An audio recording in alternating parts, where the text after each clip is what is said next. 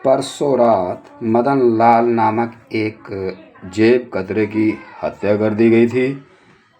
वह बोला, मैंने सुना वह तुम्हारा दोस्त था। आपने ठीक सुना है, मैं कटुतापूर्वक बोला। उसकी हत्या दिलावर के आदमियों ने की थी। लेकिन दिलावर तो दामोदर राणा के लिए काम करता है। इस किस्म के काम वह सिर्फ अपने लिए करता है। सर, मैं पूर्ववत स्वर में बोला।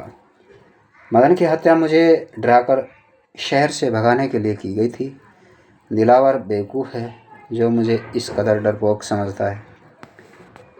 दामोदर राणा भी तो तुम्हें यहाँ नहीं रहने देना चाहता, इसलिए तुम यह क्यों समझते हो कि मदन की हत्या उसने नहीं कराई होगी? उसने मुझे शहर छोड़ जाने की एवज में बतौर रिश्वत 5 लाख रुपए देने की कोशिश की थी। मैं बोला, मेरा मतलब यह नहीं है कि दामोदर राणा कोई अच्छा आदमी है। अलबत्ता दिलावर की तुलना में उसे अच्छा ही कहा जाएगा। दिलावर तो दरिंदा है, खूनी दरिंदा। मेरी एक ही ख्वाहिश है, उसे ठिकाने लगाना। चौहान खड़ा हो गया। उस फाइल को हासिल करो, हम उन सबको भुगत लेंगे। मैंने सहमति सूचक सिर हिला और खड़ा हो गया। गुड लक अजय, चौहान हाथ मिलाता हुआ बोला। अगर वो फाइल तुम्हें मिल जाए तो मेरे पास आओगे ना?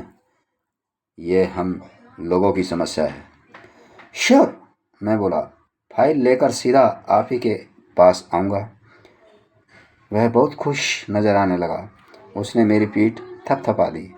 चौहान से विदा लेकर मैं रविशंकर के ऑफिस में पहुंचा। वह अपने डेस्क पर मौजूद नहीं था। पूछताछ करने पर पता चला कि कहीं गया हुआ था और 2 घंटे बाद लौटेगा। पुलिस हेडक्वार्टर से बाहर आकर मैं कुछ देर खड़ा सोचता रहा। फिर अपनी कार में सवार हुआ और प्राइवेट डिटेक्टिव सुंदरलाल के ऑफिस की ओर ड्राइव करने लगा। सुंदरलाल अपने ऑफिस में मौजूद था। वह निहायत लालची और मक्कार किस्म का आदमी था। जसदेव सिंह तमाम बेहुदे कामों के लिए उसी की सेवाएं प्राप्त किया करता था। आओ अजय, वह उठकर गर्मजोशी के साथ हाथ मिलाता हुआ बोला। बैठो, आज इस नाचीज की याद कैसे आ गई? मैं उसे डेस्क के सम्मुख पड़ी कुर्सियों में से एक पर बैठ गया। सुंदरलाल, मैं उसे सिगरेट ऑफर करता हुआ बोला, मुझे तुम्हारी मदद की ज़रूरत है। सारी अजय, वह सिगरेट सुलगाकर बोला, मैं तुम्हारी मदद नहीं कर सकूँगा। मैं समझ गया वह मुझे घिस रहा था। फिर भी मैंने पूछा, क्यों? इसलिए कि अभी मरना नहीं चाहता। क्या मतलब? तुम्हारे मददगार मदन के अंजाम से नावाकिफ मैं नहीं हूँ। ठीक है, मददगार मत बनो, दुकानदार बन जाओ। मैं ग्राहक बन जाता हूँ, तब तो तुम्हारी जान को खतरा नहीं होगा। उसने खीसे नपोर दी। क्यों मजाक करते हो यार? भला मेरे पास बेचने के लिए क्या है? इन्फॉर्मेशन। उसकी आंखों में दिलचस्पी के भाव पैदा हुए। कैसी इन्फॉर्मेशन? जब जसदेव सिंह की हत्या हुई, मैंने पूछा, तुम उसके लिए किसी मिशन पर काम कर रहे थे? तुम अच्छी तरह जानते हो उसके लिए मैं काम करता ही रहता था। उन दिनों क्या काम कर रहे थे? उसके चेहरे पर ऐसे विवशता पूर्ण भाव उत्पन्न हुए मानो मैं उसकी सबसे प्रिय वस्तु मांग बैठा था। लेकिन यह तो बेहद कॉन्फिडेंशियल इन्फॉर्मेशन है, तुम्हें कैसे दे सकता हूँ? मैंने पर्स से 50 के 2 नोट निकाले। एक उसके सामने डेस्क पर रख दिया, दूसरे को अपनी उंगली पर लपेटने लगा। उसने डेस्क पर पड़े नोट पर निगाह डाली, फिर मेरे हाथ वाले नोट को ताका। देखो अजय, मुझे उन दिनों जसदेव सिंह के लिए क्या काम कर रहे थे? वह वाज करा रहा था, उसने कहा और डेस्क पर पड़ा नोट उठाकर अपनी जेब में डाल लिया। किसको? इस नोट को हाथ में रखने की बजाय डेस्क पर क्यों नहीं रख देते हो? मैं इसकी खूबसूरती को नज़दीक से देखना चाहता हूँ। मैंने नोट डेस्क पर डाल दिया। वह किसे वाच करा रहा था? दिनेश चौधरी को। मैंने स्वयं को सामान्य बनाए रखने की कोशिश की। दिनेश को वाच करके तुमने क्या पता लगाया था? मैंने नहीं, मेरे एक ऑपरेटर ने। उसने अपने डेस्क की ड्रावर में से एक फाइल निकाली और कुर्सी की पूछ से ठीक सटाकर बैठ गया। फाइल खोलकर इस ढंग से दोनों हाथों में पकड़ ली कि मेरी नज़र न पड़ सके। फिर बोला, दिनेश ने 2 अगस्त यानी सोमवार को दिन में 10:30 बजे विशालगढ़ जाने वाला प्लेन पकड़ा था। जानता हूँ, मैंने कहा। वह 3 अगस्त को वापस लौटा था, मंगलवार को दोपहर बाद की गाड़ी से। हाँ, वह 5 बजे अपने घर पहुंचा था। उसके बाद मेरे ऑपरेटर ने मुझे रिपोर्ट दी। मैंने जसदेव सिंह को पास कर दी। फिर दिनेश के घर को वाच करते अपने आदमी को मैंने वापस बुला लिया। बस किस्सा खत्म। उसने डेस्क पर पड़ा दूसरा नोट भी उठाकर जेब में ठूंस लिया। तुम्हारा ऑपरेटर दिनेश के पीछे विराटनगर से बाहर नहीं गया? नहीं। तुम्हारा आदमी दिनेश के घर को वाच कर रहा था।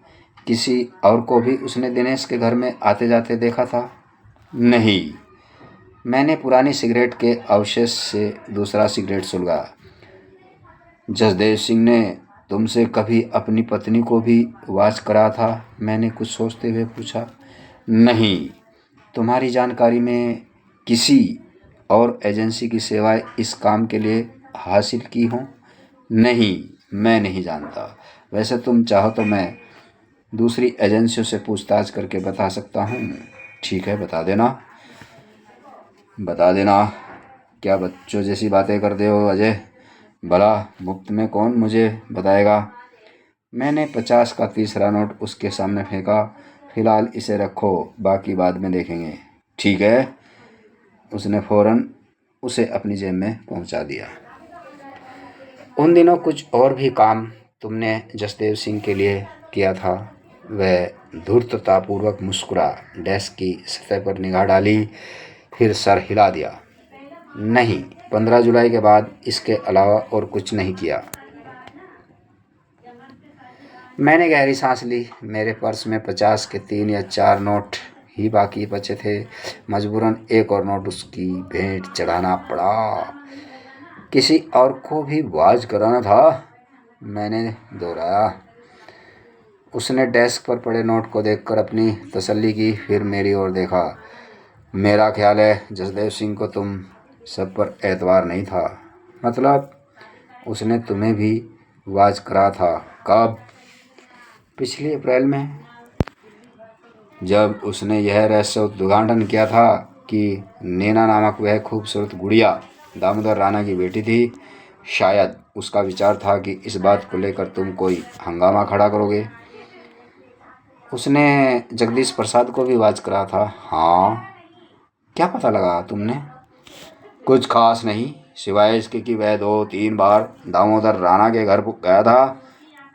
7 स्टार क्लब में नियमित रूप से जाता था और 1-2 दफ़ा उसे तुम्हारे ऑफिस की उस मोनिका नाम की छोकरी के साथ भी देखा था। मैं कुछ देर खामोश बैठा सोचता रहा कि ये सारी बातें कहाँ फिर बैठती थी, लेकिन किसी सही निश्चय पर नहीं पहुंच सका। मैंने जसदेव सिंह की स्टडी से प्राप्त टेलीग्राम अपनी जेब से निकाल कर उसे दिखाया। इसके बारे में कुछ बता सकते हो? नहीं। वह क्रीमगंज कहाँ है? मैंने उसे बताने के बाद पूछा। 3 अगस्त में तुम्हारा कोई आदमी वहाँ गया था? नहीं, वह दिनेश को वॉच किए जाने की रिपोर्ट हो सकती है। मैं बोला, तुम यकीनी तौर पर कह सकते हो कि तुम्हारा कोई आदमी दिनेश के पीछे शहर से बाहर नहीं गया? हाँ। मैं समझ नहीं सका वह झूठ बोल रहा था या सच। जब जसदेव सिंह ने तुमसे दिनेश की वाच करने के लिए कहा था, मैंने पूछा, तो क्या जसदेव सिंह नर्वस या चिंतित या क्रोधित नजर आता था? सुंदरलाल देर तक आंखें सिकोड़े सोचता रहा। नहीं, अंत में वह बोला, मेरा ख्याल है ऐसा कुछ नहीं था। यह काम सौंपने के लिए वह तुम्हारे पास आया था? नहीं, उसने मुझे फ़ोन किया था और उसकी आवाज़ मुझे सामान्य ही प्रतीत हुई थी। वह अनिच्छापूर्वक बोला, यह काफ़ी पुरानी बात है। अगर उसकी आवाज़ में कुछ फ़र्क रहा भी होगा तो मुझे याद नहीं। मैंने उसका शुक्रिया अदा किया और वह ऑफिस से बाहर आ गया। मेरी रिस्टवॉच 6:30 बजने की सूचना दे रही थी। पास ही एक सिनेमा हॉल था। मैं उसके कॉल बूथ में जा घुसा। एक एक करके अपने विभिन्न कॉन्टैक्ट्स का नंबर डायल किया। पहले तीनों से कोई सूचना प्राप्त नहीं हो सकी। दिनेश के बारे में तो नई बात पता नहीं लगी। चौथे ने बताया, लेकिन दामोदर राणा के इस गिरोह के बारे में कोई विस्फोटक जानकारी हासिल होने वाली है। जैसे ही कुछ पता चलेगा तो मैं बता दूंगा। एक और सोर्स ने भी इसी बात की पुष्टि की तो मैं सोचने पर विवश हो गया। मर्डर किए जाने से पहले मदन भी इसी एंगल पर काम कर रहा था। मेरे विचार से उसका एक ही मतलब निकाला था, ये सब आपस में लड़ मरने वाले थे, यानी गैंगवार। मरने दो सालों को, मैंने सोचा और पुलिस हेडक्वार्टर्स का नंबर डायल किया। हेलो रवि। रविशंकर से संबंध स्थापित होने पर बोला, हेलो तुम। उसका उत्साहपूर्ण स्वर लाइन पर उभरा, अभी तक जिंदा हो? हाँ, अभी मरने का कोई इरादा भी नहीं है। बड़ा नेक इरादा है। मुझे किस लिए याद किया? बताता हूँ। मैंने उसे सलेटी रंग की उस पुरानी एम्बेसडर का नंबर बता दिया जिसके द्वारा मैं दोनों सेंधमार पिछली रात कॉटेज पर पहुँचे। इस कार के मालिक का पता कितनी देर में बता सकते हो? इस वक्त 7 बज रहे हैं, ऑफिस बंद हो चुका है। खैर, मैं कोशिश करके देखता हूँ, लेकिन यह तो बताओ, इस कार के मालिक में तुम क्यों इतनी दिलचस्पी ले रहे हो? पहले मालिक का पता लगाओ, फिर बताऊंगा। ठीक है, 15 मिनट बाद फ़ोन कर लेना। मैंने पूरे 25 मिनट बाद फ़ोन किया। वह car globe car rental agency की मिल्कियत है, रविशंकर ने जानकारी दी। ग्लोब कार रेंटल एजेंसी बड़ी मशहूर थी, लेकिन मैंने कभी वहाँ से कार किराए पर नहीं ली थी। हम लोगों की डीलिंग्स दूसरी एजेंसी से थी। शुक्रिया रवि, शुक्रिया को गोली मारो। ये बताओ चक्कर क्या है? मैंने उसे कल रात मोती झील जाकर सेफ खोलने तक का किस्सा सुना दिया। लेकिन फाइल तो सेफ में नहीं होगी ना, या थी? मैं चकराया। तुम्हें कैसे पता चला? मैंने पूछा। जसदेव सिंह की हत्या के 2 दिन बाद मैंने जाकर सेफ की तलाशी ली थी, रविशंकर ने जवाब दिया। मुझे डाक द्वारा एक सीलबंद लिफाफा मिला था। उसमें सेफ के कॉम्बिनेशन के अलावा एक टाइप किया हुआ नोट भी था। नोट के मुताबिक फाइल इसी सेफ में होनी थी, लेकिन वो वहाँ नहीं मिली। वंडरफुल, मैं बोला। कैसे? यह बात मेरी थ्योरी से बिल्कुल मिलती है, लेकिन यह तुमने मुझे पहले क्यों नहीं बताया रवि? तुमने पूछा ही कब था? खैर, अब बताने के लिए शुक्रिया। बात दरअसल यह है, वो लिफाफा मुझे हत्या के एकदम बाद मिला था, और जब तलाशी लेने पर सेफ खाली मिली तो मैंने समझा किसी ने मुझे बेवकूफ़ बना था। लिफाफा किसने भेजा? था इसका पता भी मैं नहीं लगा सका। ऑलराइट, सुनो, कहकर मैंने उसे बनसुरा रेलवे स्टेशन के बुकिंग क्लर्क से हुई बातचीत और टेलीग्राम के बारे में बता दिया। हे भगवान, रविशंकर उत्तेजित स्वर में बोला, इसका मतलब वह फाइल ले उड़ा था। तुमने सचमुच कमाल कर दिखाया अजय। कमाल तो तब है जब वो फाइल हमारे हाथ लगे, मैं बोला। तुम्हारे विचार से क्या उसने फाइल कहीं छुपा दी होगी? कहीं? कहाँ? मसलन अपने घर में। उसके घर की तलाशी ली जा चुकी है, फिर भी एक बार हम भी कोशिश करके देखेंगे। कल हर हालत में हमने यह काम करना है, क्योंकि मैंने जब भी उसके घर जाने की कोशिश की है कोई अड़ंगा पड़ गया था। मैं इसे अब और नहीं डालता। तुम्हारे ख्याल से वो टेलीग्राम किसने भेजा हो सकता है?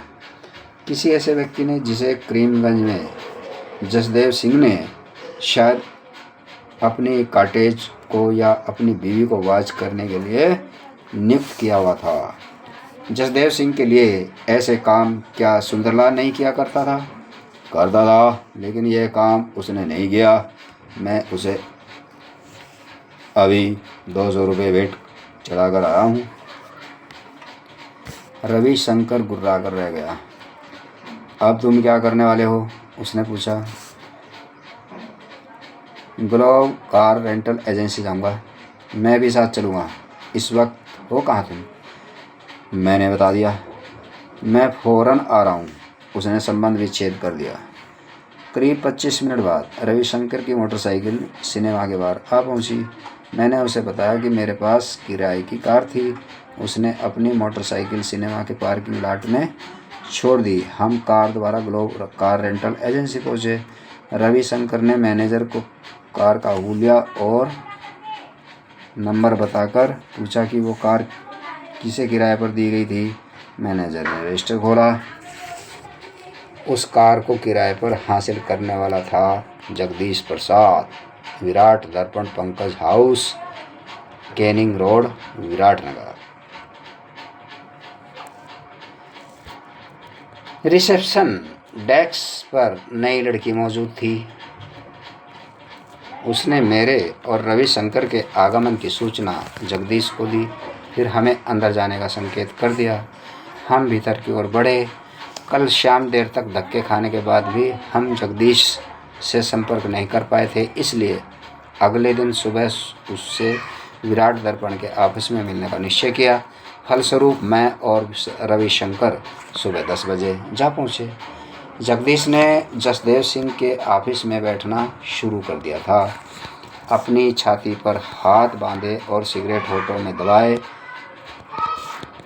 विशिष्ट अंदाज में दरवाजे में खड़ा मिला।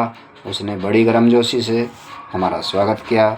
रविशंकर डेस्क के सहारे टिक कर खड़ा हो गया। मैं अपनी उसी कुर्सी पर बैठ